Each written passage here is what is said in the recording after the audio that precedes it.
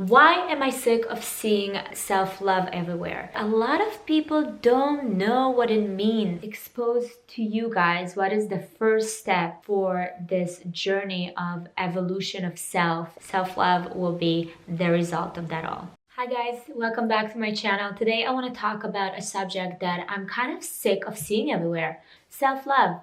I know. Kind of contradicting everything I've been saying so far, but let me explain. Why am I sick of seeing the term self-love everywhere?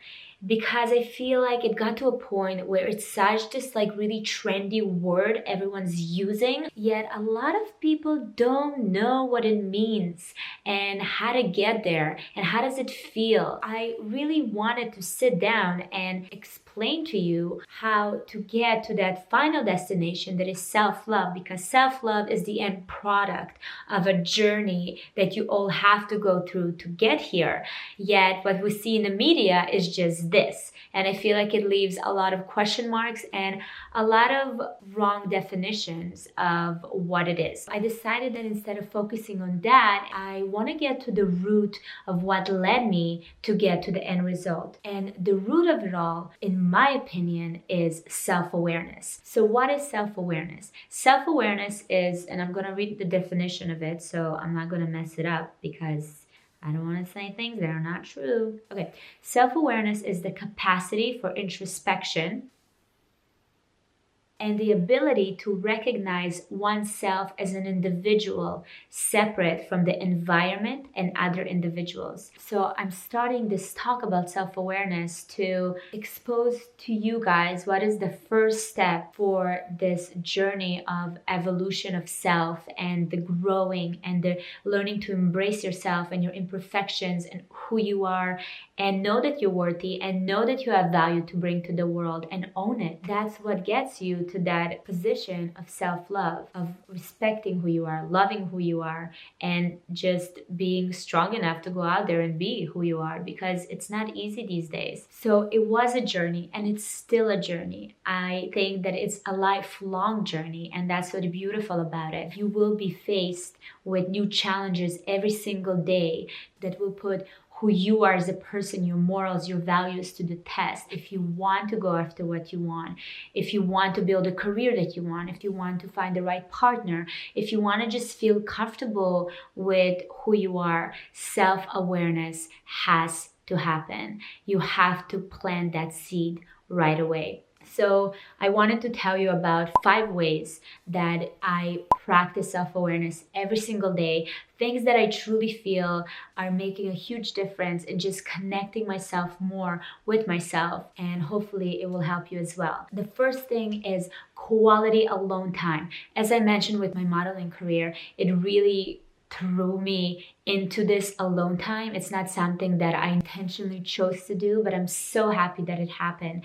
Quality alone time is not when you're just alone in your room, turn on Netflix and spend time with yourself. No, it has to be an intentional alone time.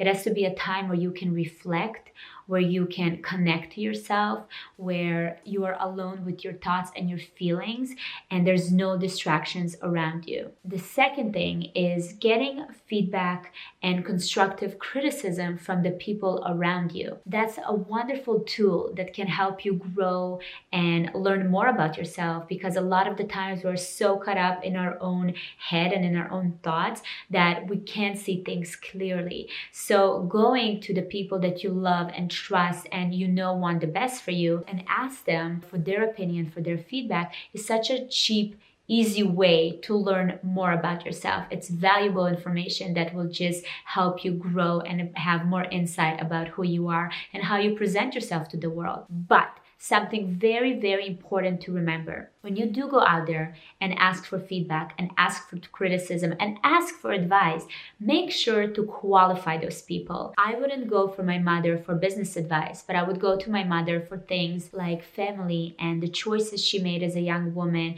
and anything with children. I would go to someone that I respect in different areas of life.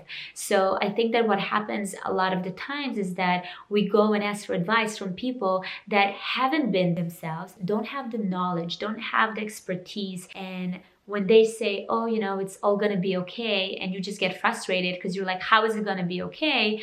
I feel like it's a very kind of dead end thing. So be smart about who you go to for different things and learn from those people. The third thing is mindfulness and meditation. That's something that is extremely important. And today we do live at a time where there's so many studies that's been done to show the benefits of it on our quality of life, on our brain, on the way we feel and act.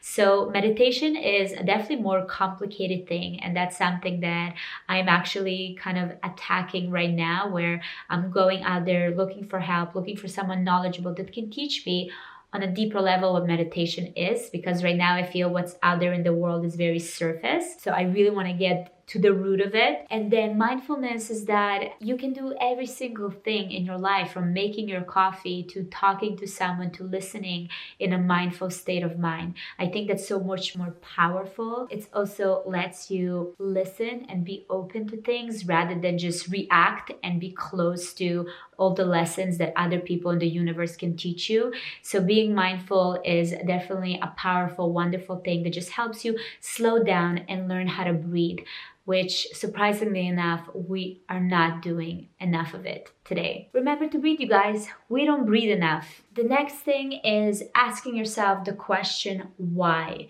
This is so extremely important and really ties into kind of the first thing. You can ask yourself the question, why, when you get that intentional alone time. Also at the end of every single day, ask yourself the question, why? Why something made you feel a certain way? Why something triggered a negative reaction in you? Why do you do the things that you do? Why did you say the thing that you say? Keep asking that question, why, will really help you to get to the deeper cause of an issue. A lot of the times when we get triggered by different things that other people say is actually just a mirror to an unsolved issue that's going on inside. Other people's anger or other people's attitude shouldn't trigger something in you. So remember that and challenge yourself, challenge your thoughts, challenge the way you react and your patterns as a person. That's the only way to grow. The next thing is journaling. A lot of people do journaling and I'm so happy to see that. But some of you that maybe don't know what journaling is, it's basically just putting your thoughts and your lessons and anything and everything on paper. Not only will it gives you time to reflect, it also you're spitting out those thoughts so they don't like block and clog your head and become a bigger thing than it actually is, because that's something that us humans do quite often. And it also helps you to hold yourself accountable. If there are things that you wrote there that you promised you're gonna do, or things that you promise you're gonna change, new patterns that you wanna adopt, it will hold you accountable. So these are the 5 ways that I don't see a reason that anyone can't incorporate it into their lives on a daily basis. And I truly feel like it's going to make a huge difference. Just please remember, you have to be consistent and it has to be intentional. And keep doing it, keep at it. We are on such a beautiful journey of growing and forming into the powerful beings that we all are. So give yourself the space to do it. It's really, really important and very beneficial. Practicing these 5 ways and adapting more and bringing more self-awareness into your life will give you back the power to be in charge of your own happiness, of your thoughts, of your emotions, of the way you behave. And there's nothing more powerful than that. Can you imagine if you are so happy and so content with yourself that no matter what's going on around you, you are in tune and in control of your own being? That's what I want us to focus on. Self-love will be the result of that all. Thank you guys so much for watching. I'll see you next time.